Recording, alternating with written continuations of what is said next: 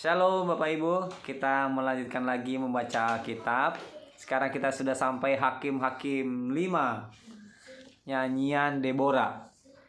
Pada hari itu bernyanyilah Deborah dan Barak bin Abinoam demikian, karena pahlawan-pahlawan Israel siap berperang, karena bangsa itu menawarkan dirinya dengan sukarela. Pujilah Tuhan.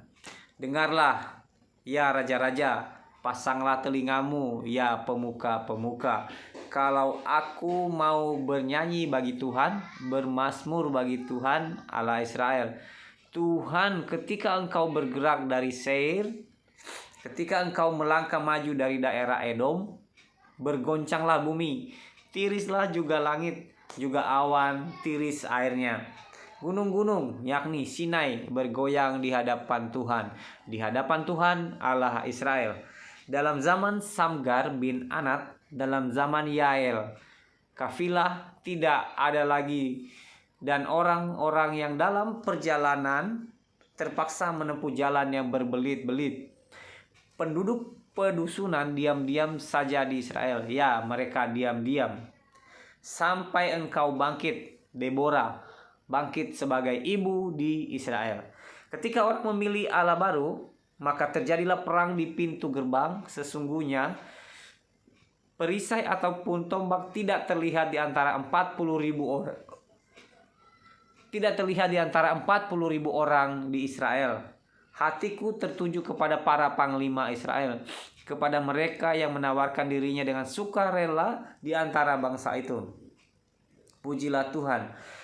Kamu yang menunggang keledai betina putih, kamu yang duduk di atas permadani, kamu yang berjalan di jalan, ceritakanlah hal itu di tempat-tempat pendinasan, di tempat-tempat penimbaan air, menurut suara orang-orang yang berdendang.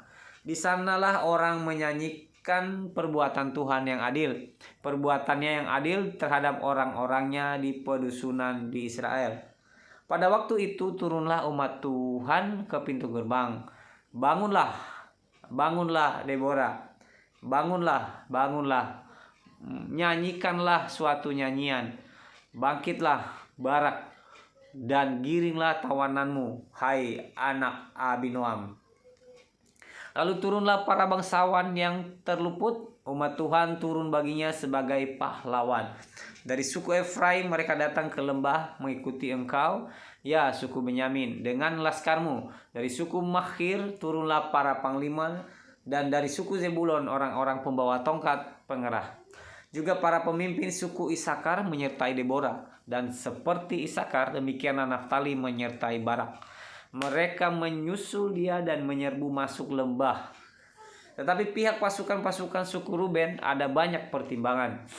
Mengapa engkau tinggal duduk di antara kandang-kandang sambil mendengarkan seruling pemanggil kawanan? Di pihak pasukan-pasukan suku Ruben ada banyak pertimbangan. Orang Gilead tinggal diam di seberang sungai Yordan, dan suku Dan, mengapa mereka tinggal dekat kapal-kapal? Suku Asher duduk di tepi pantai laut, tinggal diam di teluk-teluknya. Tetapi suku Zebulon ialah bangsa yang berani mempertaruhkan nyawanya. Demikian juga suku Naftali di tempat-tempat tinggi di padang. Raja-raja datang dan berperang. Pada waktu itu raja-raja Kanaan berperang dekat Ta'anak pada mata air di Megido. Tetapi perak sebagai rampasan tidak diperoleh mereka. Dari langit berperang bintang-bintang. Dari peredarannya mereka memerangi Sisera. Sungai Kison menghanyutkan musuh. Kison, sungai yang terkenal dari dahulu kala itu. Majulah sekuat tenaga, hai jiwaku. Ketika itu menderaplah telapak kuda, karena terpacu lari kuda-kudanya. Kutukilah kota Meros, firman malaikat Tuhan. Kutukilah habis-habisan penduduknya, karena mereka tidak datang membantu Tuhan sebagai pahlawan. Diberkatilah Yael, istri Heber, orang Keni itu, melebihi perempuan-perempuan lain. Diberkatilah ia, melebihi perempuan-perempuan yang di dalam kemah. Air diminta orang itu, tetapi susu diberikannya. Dalam cawan yang indah disuguhkannya dadi. Tangannya diulurkannya mengambil patok.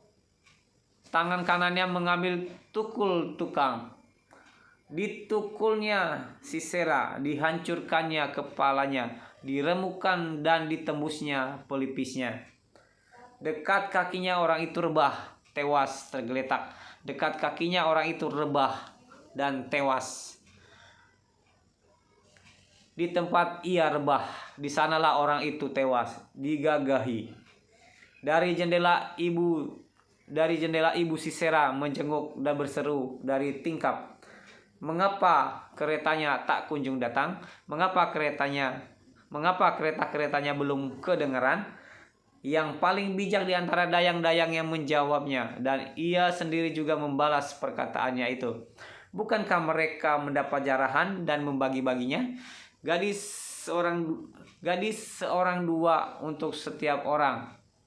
Jarahan kain berwarna sehelai dua untuk Sisera. Jarahan kain sulaman aneka warna sehelai dua untuk leherku. Demikianlah akan binasa segala musuhmu, ya Tuhan. Tetapi orang yang mengasihinya bagaikan matahari terbit dalam kemegahannya. Lalu amanlah negeri itu 40 tahun lamanya. Demikian membaca Hakim-Hakim 5. Terima kasih. Tuhan Yesus memberkati. Shalom.